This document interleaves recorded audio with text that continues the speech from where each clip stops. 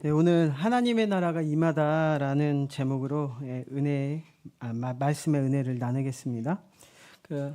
얼마 전에 저희 교회에서 오랜만에 그 신학교 동기들 모임을 가졌었어요.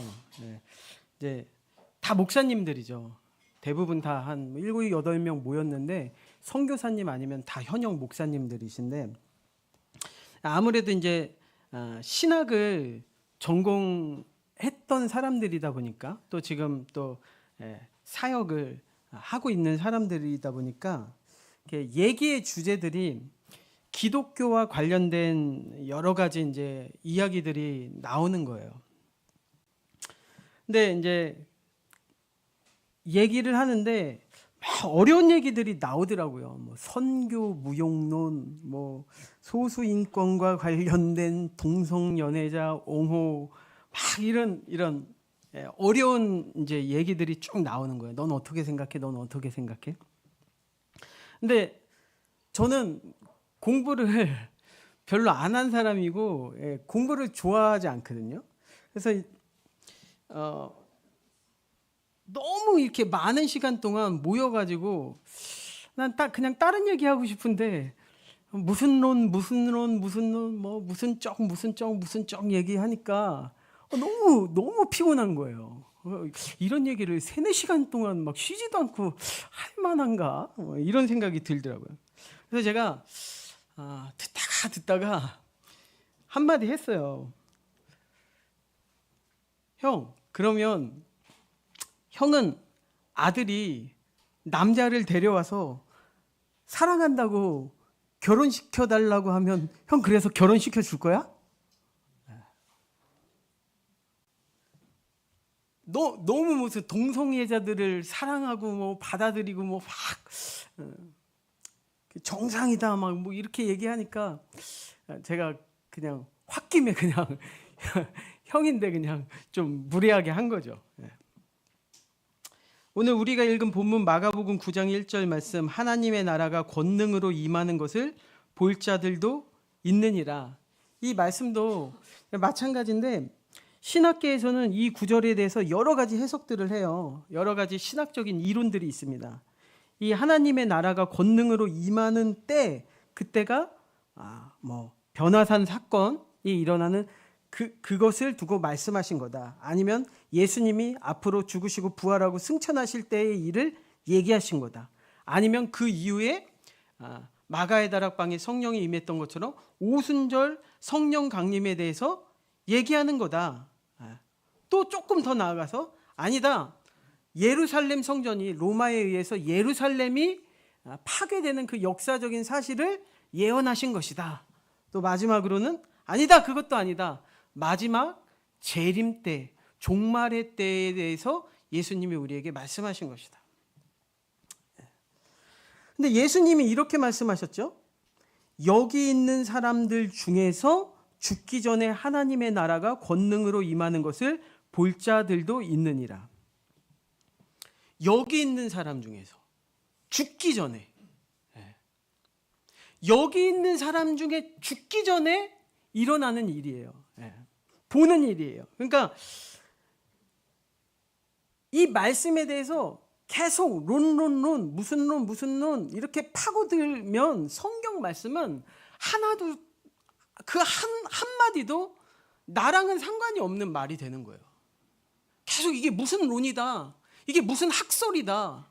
이게 무슨 쩍이다 이렇게 얘기하면 말씀은 하나도 나랑 상관 있는 말씀이 없는 거예요. 네, 누가복음 17장 21절에 또 여기 있다 저기 있다고도 못하리니 하나님의 나라는 너희 안에 있느니라. 하나님의 나라는 너희 안에 있느니라. 하나님의 나라가 권능으로 임한다는 것은 먼 훗날의 얘기도 아니고 먼 나라 얘기도 아니고 우리가 경험할 수 없는 어떤 신비적인 일도 아니고 어떤 이론이나 담론이나 논리나 역사적인 사실 아니면 종말론적 이야기가 아니라 여기 있는 사람들 중에 죽기 전에 일어나는 일이라는 거예요. 하나님의 나라가 임하는 것은 우리가 실제로 실상으로 볼 수 있는 일이라는 말씀을 하고 계신 거예요. 하나님의 나라가 임한다는 게 도대체 뭐야? 그거 너희들 눈으로 볼 수 있어. 너희들이 죽기 전에 정말 너희들 삶에서 실제로 나타나는 일이야. 오늘 본문 이후에 2절, 8절 말씀을 보면 여러분이 잘 아시는 변화산의 이야기가 나와요. 너희들 중에 여기 있는 사람들 중에 하나님 나라가 임하는 걸 볼 사람이 분명히 있을 거야 라고 말씀하신 다음에 6일이 지나죠. 6일이 지나고 예수님께서 베드로, 야고보, 요한을 데리고 따로 높은 산에 올라가셔요. 그리고 그들 앞에서 형체가 변형되십니다. 그 어디에도 나와 있지 않기 때문에 어떤 식으로 변했는지 정확히 알 수는 없지만 어쨌든 간에 이 변화산의 사건이 일어나고 제자들이 볼 때 어제 봤던 우리가 매일 봤던 예수님의 모습이 아닌 거예요. 왜 이 변화산 말씀이 하나님의 나라가 권능으로 임하는 것을 너희 중에 볼 사람이 있을 거야 라고 말씀하신 다음에 여기 붙어서 나오냐? 그 하나님의 나라가 너희 중에 임한다는 것이 도대체 무슨 소린지 지금 실제적으로 예수님이 제자들에게 보여주시고 가르쳐 주시겠다는 거거든요. 도대체 하나님의 나라가 임한 것은 어떤 실제적 변화가 있는가? 말씀을 나눌 때 깨닫는 은혜가 있길 축복합니다. 첫 번째가 뭐냐면 하나님의 나라가 임한 변화의 모습이란 거룩한 시간과 장소라는 거예요. 거룩한 시간과 장소.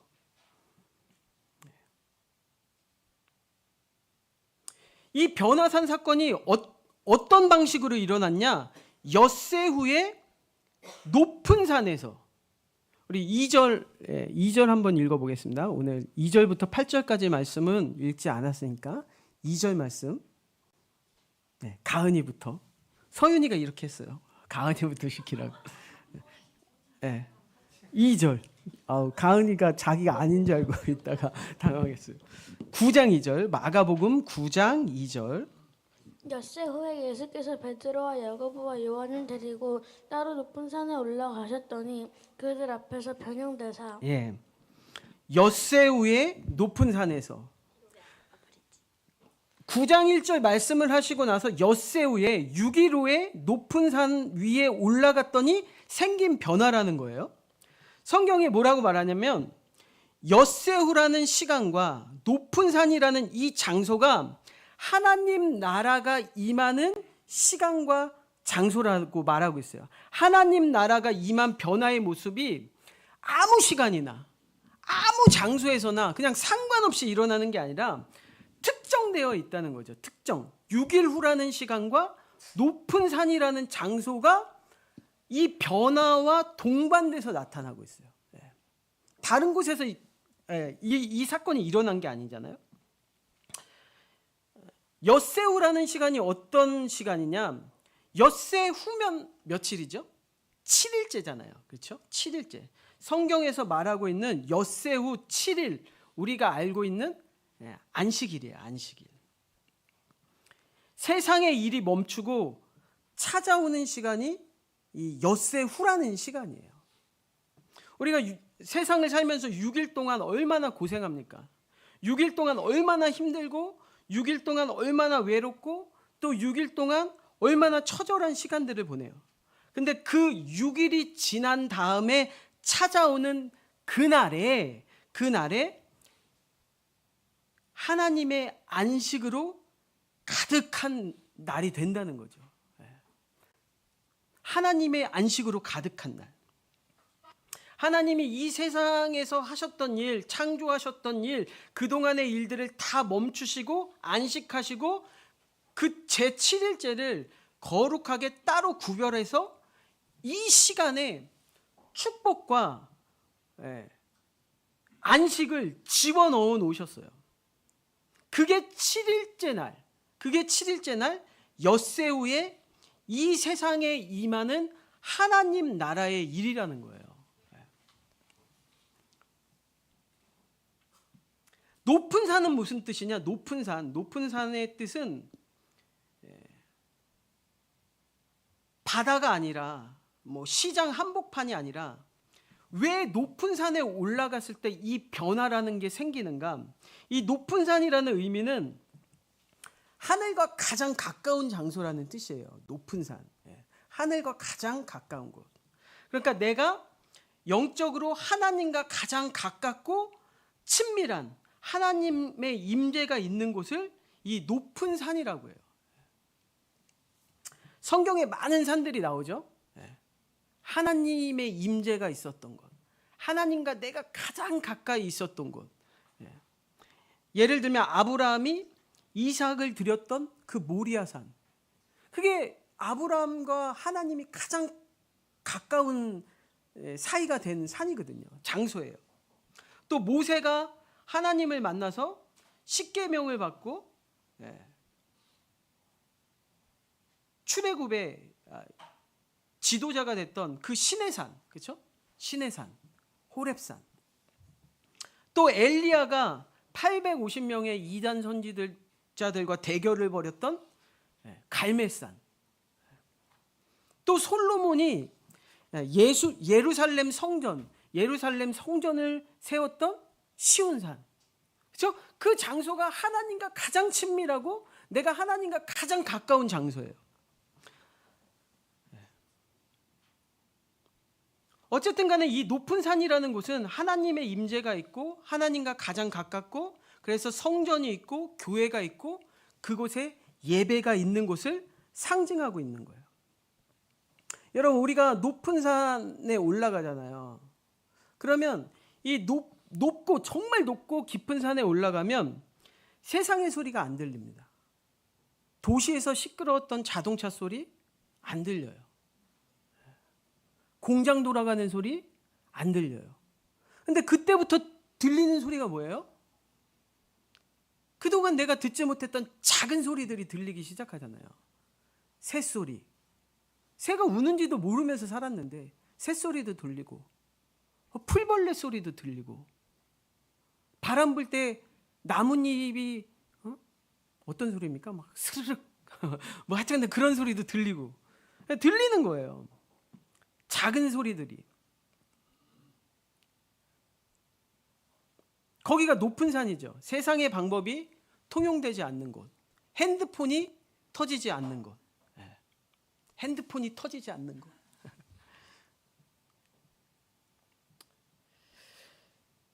그렇다면 여기 서 있는 사람 중에 죽기 전에 일어난다고 말씀하신 이 하나님 나라의 임재라는 것은 어떤 변화냐? 내 삶 속에 거룩한 시간과 거룩한 장소들이 동반되어 일어나기 시작한다는 거예요. 하나님 나라가 나한테 임했어 할 때는 반드시 이 거룩한 시간과 거룩한 장소들이 같이 나타나요.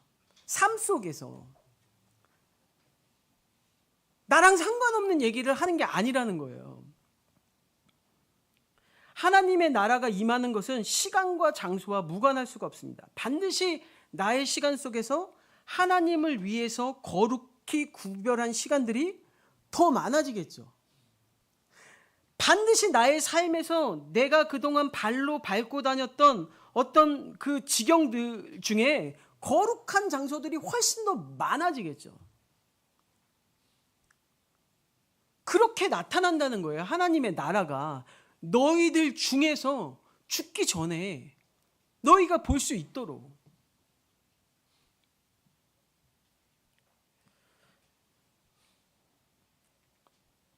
여러분, 누군가의 삶에서 내가 어떤 사람을 알고 있는데 그 사람의 삶을 이렇게 보니까 점점 이 사람의 삶에서 하나님을 향한 거룩한 시간과 하나님을 사모하는 거룩한 장소들을 찾아다니면서 그 시간과 장소들이 이 사람의 삶의 시간들을 충만히 점점 더 많이 채워나가는 모습이 나한테 보인다?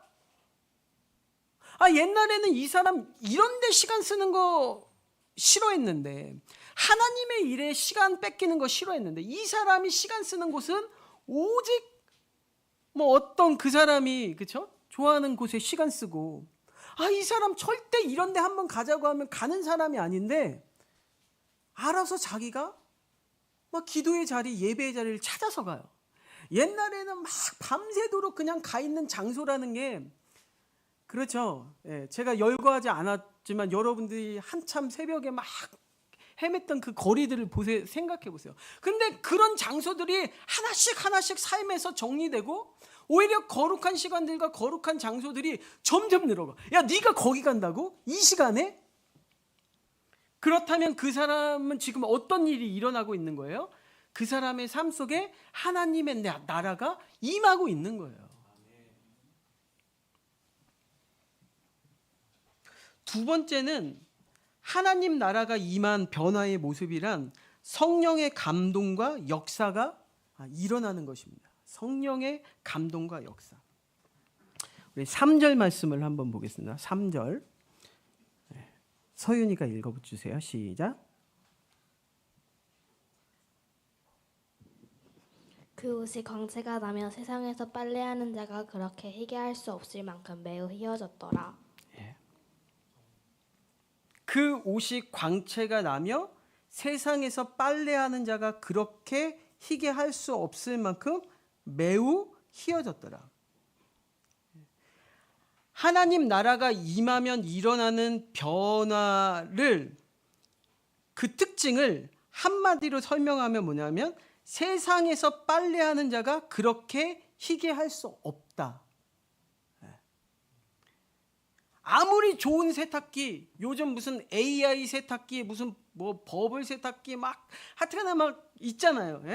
거기다가 무슨 뭐 3중 효과, 4중 효과 뭐 해가지고 뭐 락스도 되고 뭐 하여튼간에 막 좋은 뭐 빨강 파랑 그런, 막 옛날에는 다 빨래비누 하나로 빨았는데 요즘에는 막 그쵸? 막 이런 효과도 있어요. 뭐 이런 효과도 있어요 하는 그런 거 막 들이부어도 하나님이 하시는 일을 따라갈 수가 없대요. 그렇죠? 세상에서 빨래하는 자가 그렇게 희게할 수는 없대요. 그 변화라는 게. 다시 말하면 세상적으로는 절대 할 수 없는 일이 하나님 나라가 임할 때 일어나는 변화라는 거예요.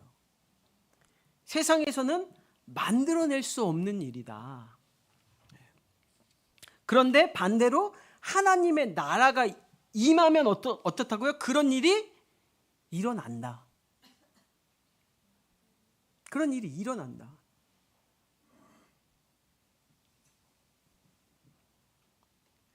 여러분, 사람의 힘으로 흉내낼 수 없는 곳이 하나님 나라라는 것입니다. 사람이 억지로 만들어낸다고 경험할 수 있는 게 아니에요. 세상에서는 할 수 없을 만큼 매우 희대요. 따라갈 수가 없대요.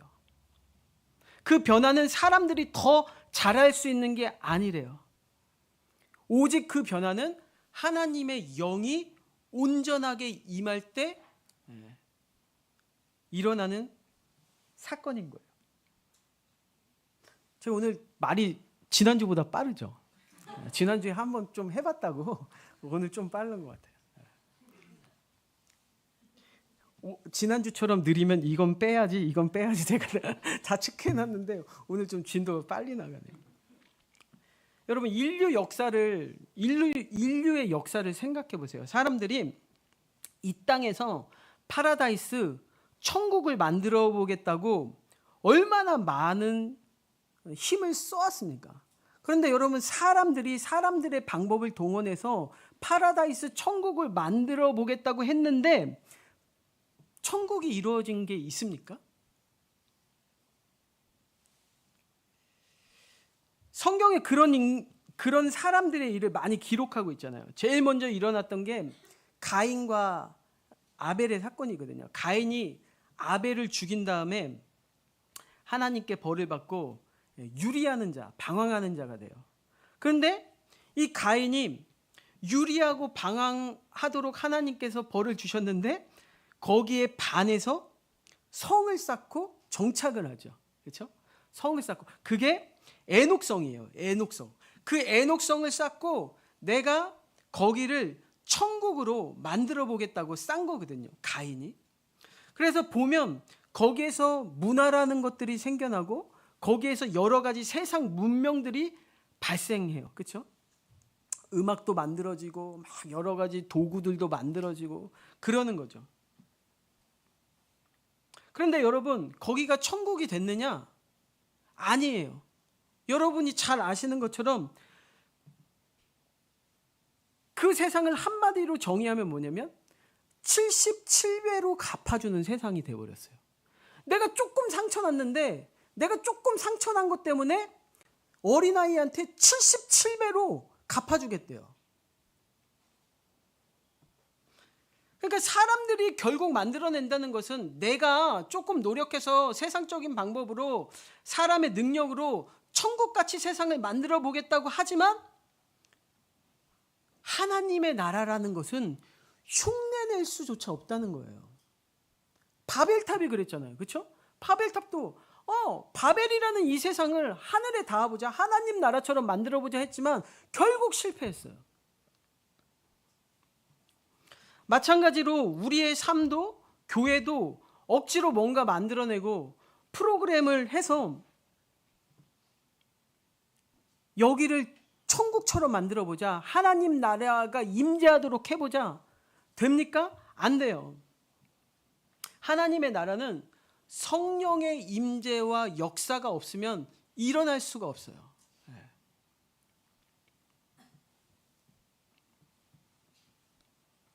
여기 지금 우리 교회에서 드리는 예배 가운데 하나님의 나라가 임한다.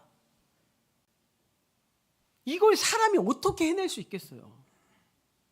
여기 지금 우리가 드리는 예배 가운데 하나님의 나라가 임하고 있다. 이걸 사람이 제가 만들어내요? 아니라고요. 예. 세상이 할 수 없는 일이에요. 그리고 사람들이 만들어낸다는 변화라는 것들이 결국은 영원하지가 않잖아요. 잠깐? 순간? 근데 다 이슬처럼, 아침 이슬처럼 금방 사라지는 것들이거든요. 그러고 나면 공허하고 또.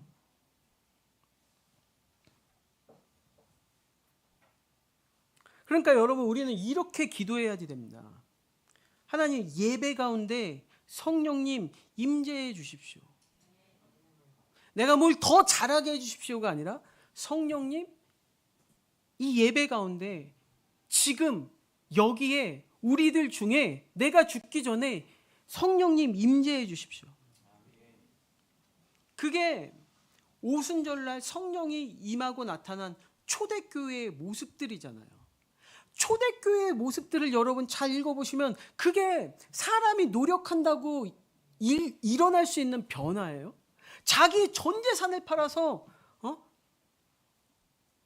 교회에 내놔. 맨날 교회에 모여서 말씀을 보고 찬양을 하고 같이 기도해. 여러분, 그런 것들이 억지로 사람이 노력한다고 일어날 수 있는 변화냐고요.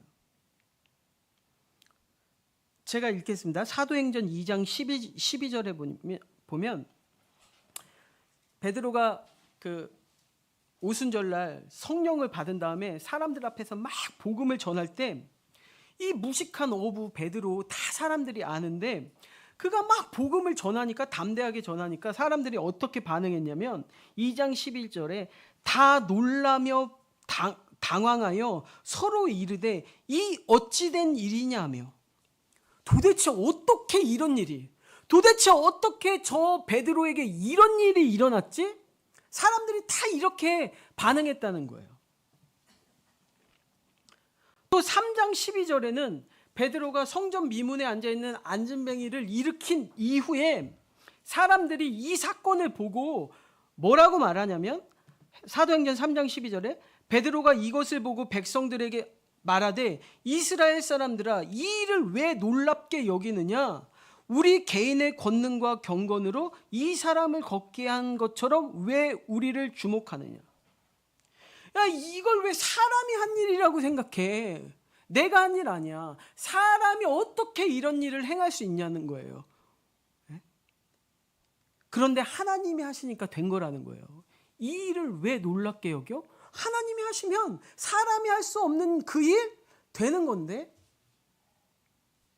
그게 나의 삶에 일어난 변화인데, 하나님의 나라는 주님의 권능으로 임하는 것입니다. 성령의 감동이 내 영혼 가운데서 강권적으로 힘을 발휘하시는 거예요. 그러다 보니까 내 삶에서 내 주권, 내 경험, 내 지혜, 내 능력을 넘어서 역사하고 계시는 그 성령님을 내가 지금 나의 삶에서 죽어서 보는 게 아니라 지금 여기서 나를 위해서 역사하시고 계시는 그 성령님을 순간순간 보게 된다는 거예요. 아, 이거 성령님이 하시는 일인데 이게 지금 내 능력으로 가능한 건가? 잘 알잖아요. 베드로가 잘 알잖아요. 이게 내 능력으로 되는 게 아니라는 걸 잘 알잖아요. 왜 내가 한 일처럼 너네 보니? 근데 나는 알고 있다는 거예요. 지금 나의 삶 가운데서 지금 이 순간 성령님이 역사하고 계시는구나.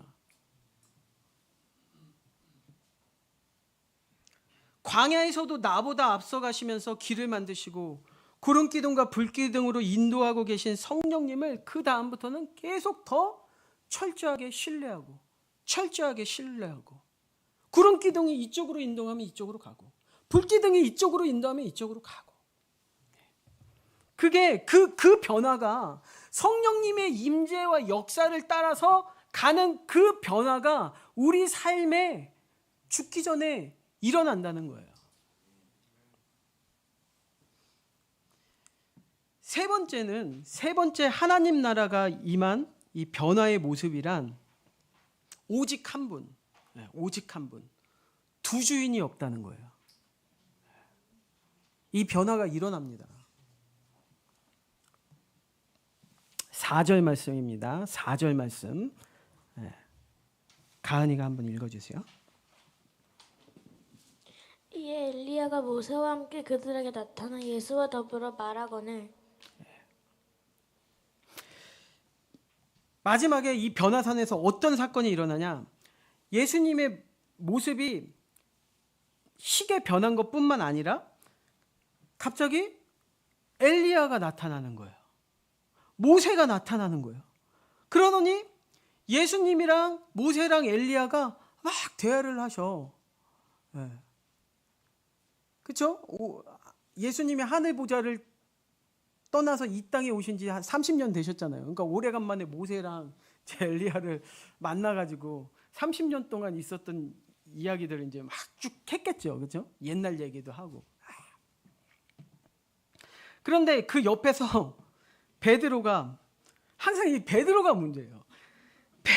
베드로가 딱 듣고 있는데 뭔가 거기서 자기가 지금 예수님도 있죠, 엘리야도 있죠, 모세도 있지, 여기서 자기가 뭔가 좀 자기의 존재를 각인시켜야지 될 것 같아요. 자기가 좀 이렇게 드러나야지 될 것 같아요. 그래서 베드로가 뭐라고 말하냐면 5절 말씀입니다. 5절 읽어주세요.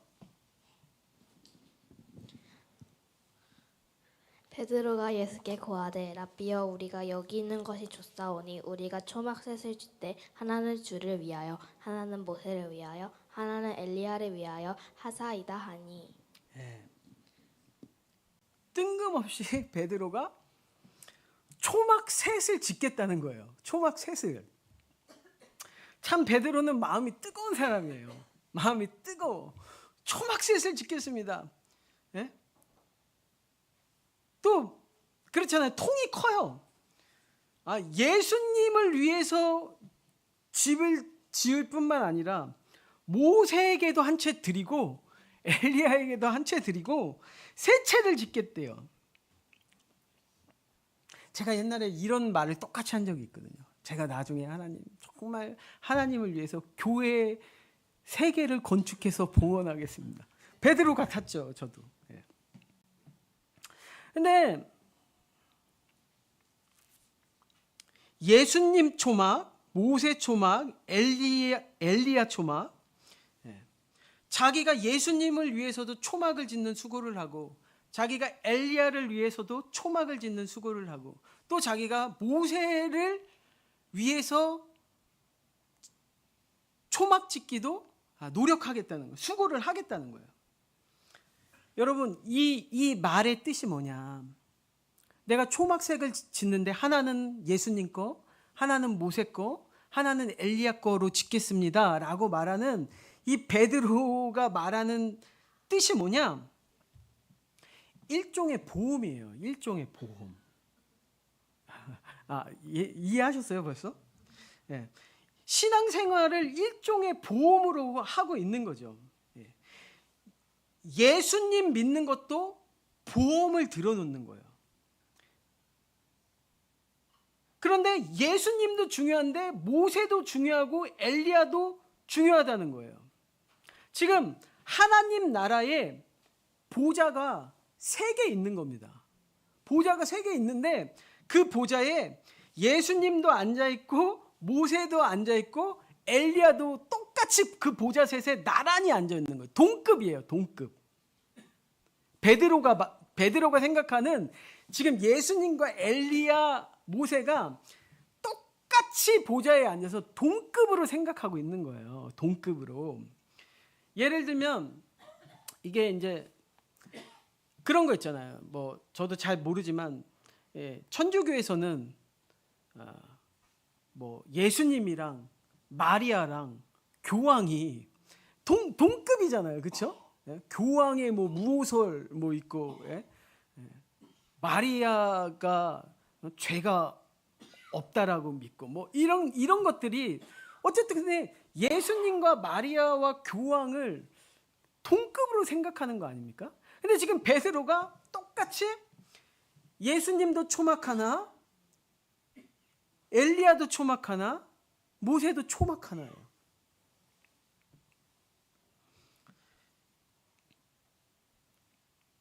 예수님이 그리스도고 하나님의 아들이라고 내가 말은 하고 있지만 베드로가 생각할 때 혹시 만약이라는 게 있잖아요.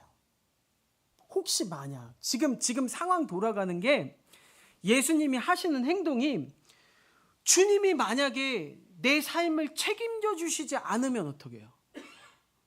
예수님이 지금 이러다가 그냥 힘없이 끌려가가지고 로마 군병에 잡혀가지고 십자가에서 죽어버리고 없어지면 어떡해요? 그러면 예수님이 자기를 책임져 줄 수 없잖아요. 그때는 지금 내가 모세한테 잘해놔야, 지금 그때는 엘리야한테 좀 잘해놔야 모세가 나를 책임져주고 엘리야가 또 나타나서 나를 책임져주고 그럴 거 아닙니까? 그러니까 지금 베드로가 엘리야를 위해서도 초막 하나를 지어놔야죠. 또 모세를 위해서도 초막 하나를 지어놔야지 되는 겁니다. 초막 3개가 필요한 거예요. 여러분, 우리가 그리스도인이라고 말하고 이 세상에서 살아가지만 입으로 겉으로는 그리스도인이라고 말하지만 예수님 하나님 말고요, 돈 하나님 포기할 수 있습니까?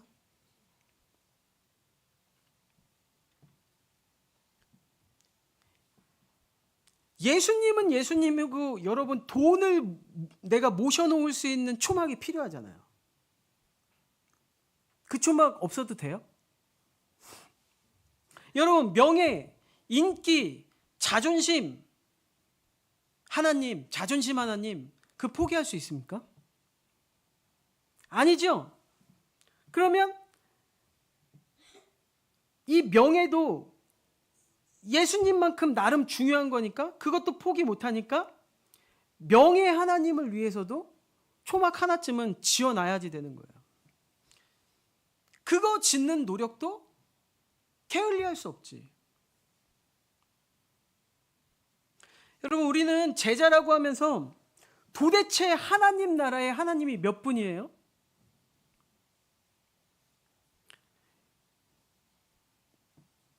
여러분이 하나님이라고 보험 들어놓은 그 보험으로 들어놓은 그 보험 하나님, 진짜 여러분이 보좌에 올려놓은 그 보험 하나님이 몇 개예요?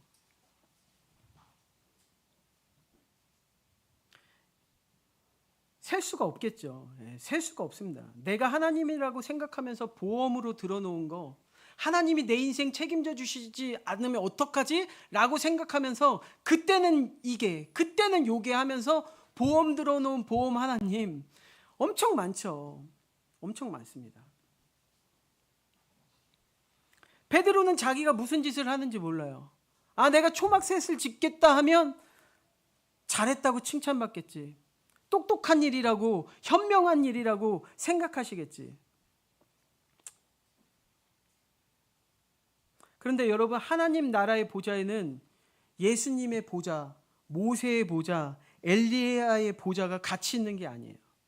하나님 나라의 보좌는 딱 하나고 거기에 앉으실 수 있는 분은 예수님 한 분뿐이에요.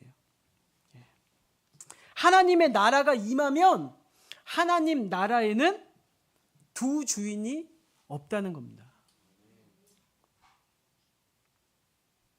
하나님의 나라가 지금 여기 너희 중에 죽기 전에 너희 삶 가운데 임하면 내 삶의 보좌라는 건 딱 하나뿐이었어요. 예수님의 보좌.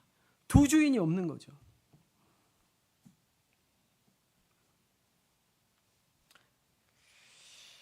하나님이 초막셋을 짓겠다고 하니까 뭐라고 말씀하시냐면 7절에 이거 7절은 제가 읽을게요. 마침 구름이 와서 그들을 덮으며 구름 속에서 소리가 나되 이는 내 사랑하는 아들이니 너희는 그의 말을 들으라 하는지라. 하나님이 뭐라고 말씀하시나요? 베드로가 너무 답답한 얘기를 하는 거예요. 하나님은 한 분뿐이야. 구원자는 한 분뿐이야. 지금 네 앞에 있는 이 예수님이 내 사랑하는 독생자야. 그분만 하나님의 어린 양이고 그의 말만 들어.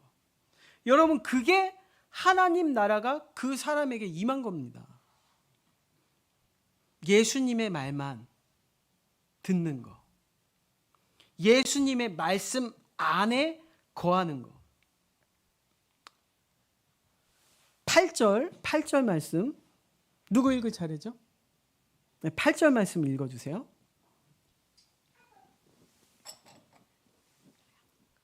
문득 둘러보니 아무도 보이지 아니하고 오직 예수와 자기들 뿐이었더라. 문득 둘러보니 아무도 보이지 아니하고 오직 예수와 자기들 뿐이었더라. 하나님 나라가 내 안에 임하면 어떻게 된다고요? 내가 생각했던 하나님이라고 생각했던 보험 드러났던 모세가 내 삶에서 사라져 버렸어요. 내가 하나님처럼 생각했던 엘리야도 사라져 버렸어요. 인생이 심플해지는 거예요. 다 사라지고 오직 나랑 예수님만 남아있는 삶. 이게 하나님 나라가 임한 거예요. 지금 여기 우리 중에 죽기 전에 그런 사람 있습니까? 다른 보험 하나님들 없고 오직 나랑 예수님만 남아있는 사람 있습니까? 있어요. 왜 없겠습니까? 있습니다. 그런 사람 있습니다. 예수님만 하나님이 되고 예수님만 산성이 되고 예수님만 방패가 되고 예수님만 구원이 되고 예수님만 내 상급이 되는 사람이 있어요. 그게 너희들이 죽기 전에 이 땅 가운데서 보는 하나님 나라가 일어나는 일이라니까요. 세상과 나는 간 곳 없고 구속한 주만 보이도다. 이 찬양이 왜 있어요? 이 찬송가가 왜 있어요? 없는 일을 그냥 써놓은 겁니까? 이 세상에서는 안 되는 일을 써놓은 거예요? 아니잖아요. 예? 세상과 나는 간 곳 없고 구속한 주만 보이도다. 딱 이 말씀 아닙니까? 아무도 보이지 않고 오직 예수와 자기들 뿐이었더라. 이것이 나의 간증이요, 이것이 나의 찬송일세.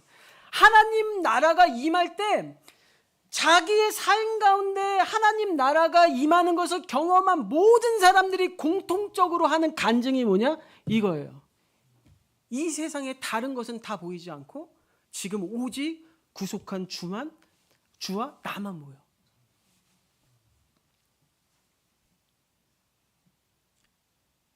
오직 내 삶에 예수 한 분만 남고 다른 보험 들어놨던 거 다 깨지고 예수님이라는 완전한 내 상급만 남는 거. 다 그렇게 하나님 나라가 권능으로 내 삶에 임하는 것을 많은 성도들이 경험했어요.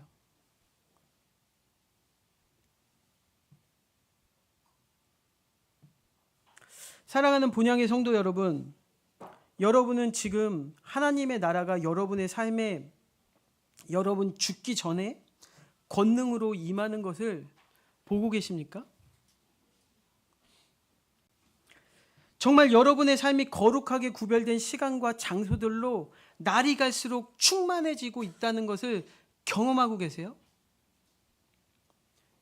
여러분이 쓰는 시간들이 달라졌습니까? 여러분이 다니는 곳이 달라졌어요? 정말 이 예배 가운데서 우리 교회 가운데서 여러분의 삶에서 이건 정말 성령님이 하셨구나 라고밖에 고백할 수 없는, 이건 정말 성령님이 인도하신 거구나 라고 자랑할 수밖에 없는 그런 일들이 여러분 삶 가운데 일어나고 있습니까?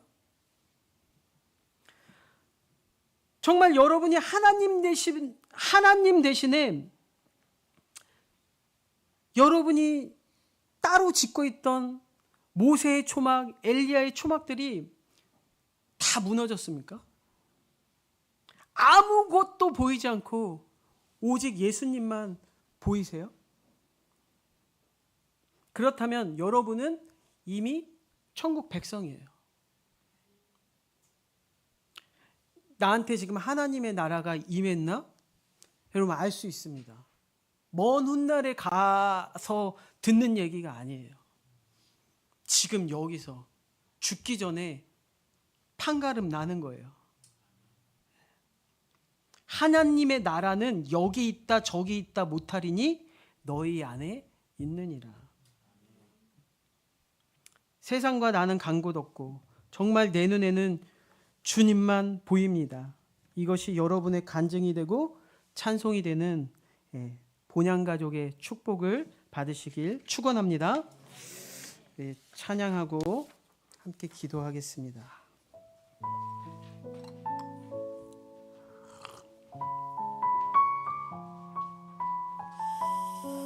여러분의 삶에 예수님은 누구신가? 그 분명한 고백이 있게 되길 부탁드립니다. 우리 함께 그 마음으로 찬양하겠습니다. 예수 우리들의 밝은 빛, 은혜와 긍휼을 베푸시는 주, 의의 길을 따라가는 주의 자녀들에게 항상 밝은 빛을 비추시네. 그는 구원의 주 하나님, 그는 구원의 주 하나님,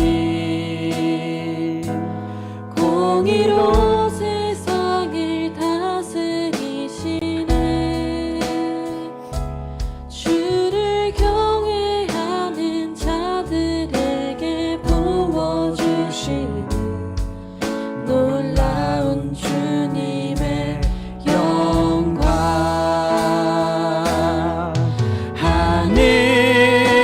하늘에서 찬란하게 빛나는 주의 영광, 이 땅에 오셨네. 어둠을 밝히고 새 생명 주시네.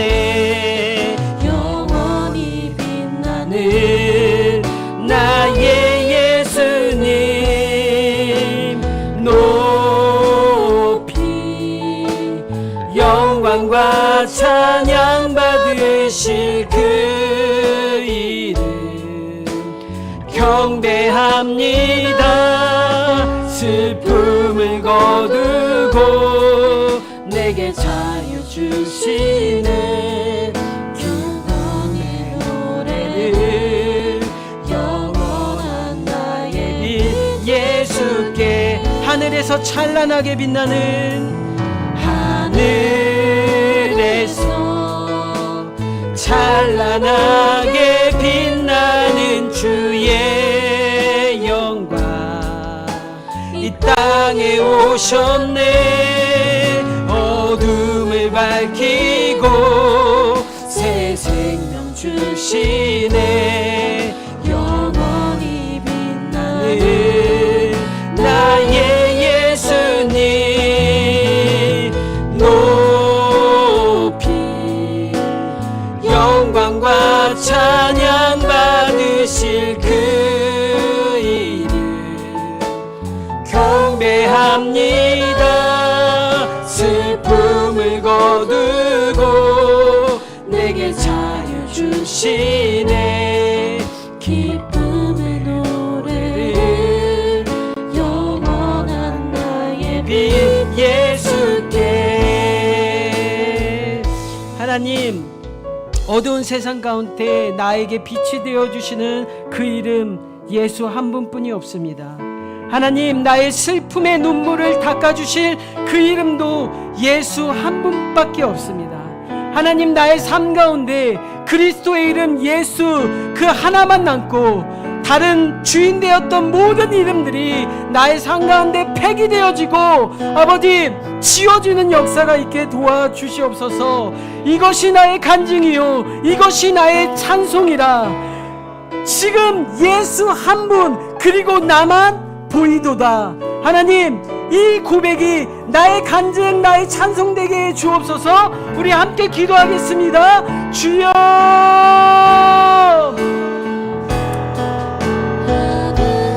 하나님, 나의 눈에 예수님만 보입니다.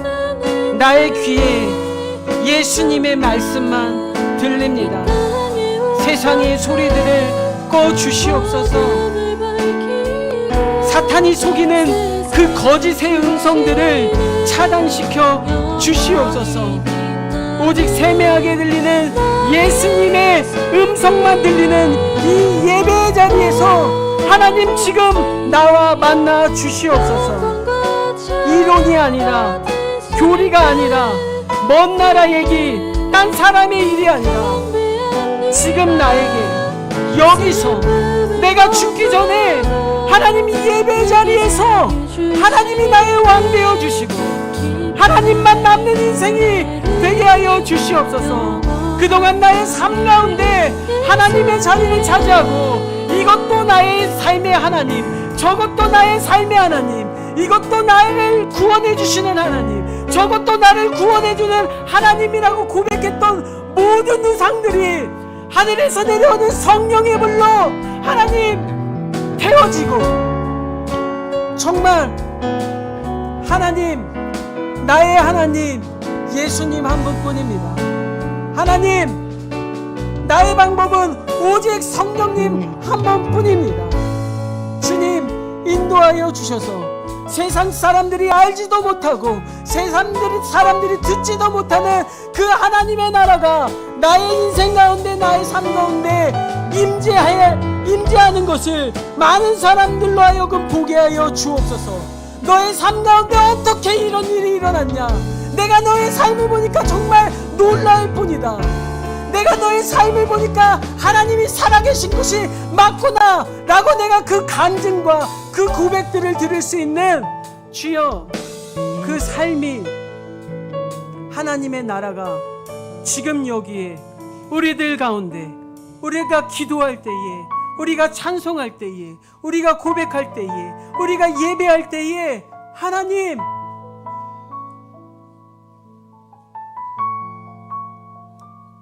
성령님 임하여 주시옵소서. 당신의 임재를 기다립니다. 당신의 임재를 사모합니다. 나의 삶의 구석구석 가운데 내가 숨겨놓고 가리고 이것만큼은 아니라고 감춰놓던 내 삶에 하나님 된 것들 가운데 주님 임재하여 주셔서 그 어떤 것 흔적도 남지 않고 사라지고 오직 구속한 주만 바라보고 나아가는 복된 인생, 천국의 인생, 하나님 나라의 시민의 인생, 하나님의 자녀의 인생이 되게 축복의 축복을 더하여 주시옵소서. 거룩하신 예수님의 이름으로 기도드립니다.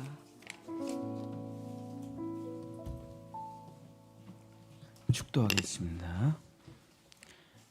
이제는 십자가에서 우리를 대신해서 죽어주심으로, 우리를 대신해서 부활해 주심으로 자기의 생명과 하나님의 나라를 우리에게 주심으로 오직 하나님 한 분만 섬기게 하시는 우리 주 예수 그리스도의 은혜와 고통과 사망과 절망 가운데 또 세상에 빠져서 초막을 지으며 우매하게 살아가려고 하려는 우리들에게 하나님께서 내가 너의 아버지다, 내가 너를 책임지리라, 내가 너를 돌보리라 말씀해 주시는 영원하신, 우리를 버리지 아니하시는 사랑하심과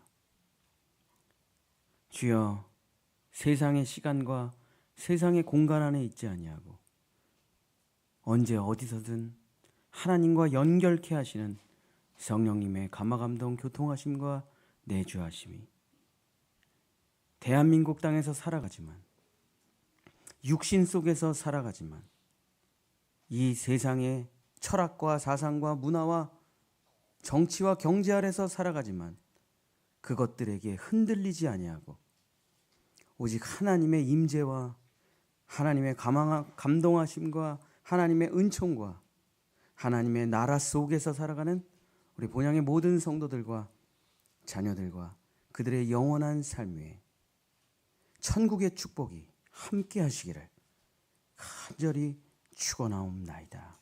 아멘.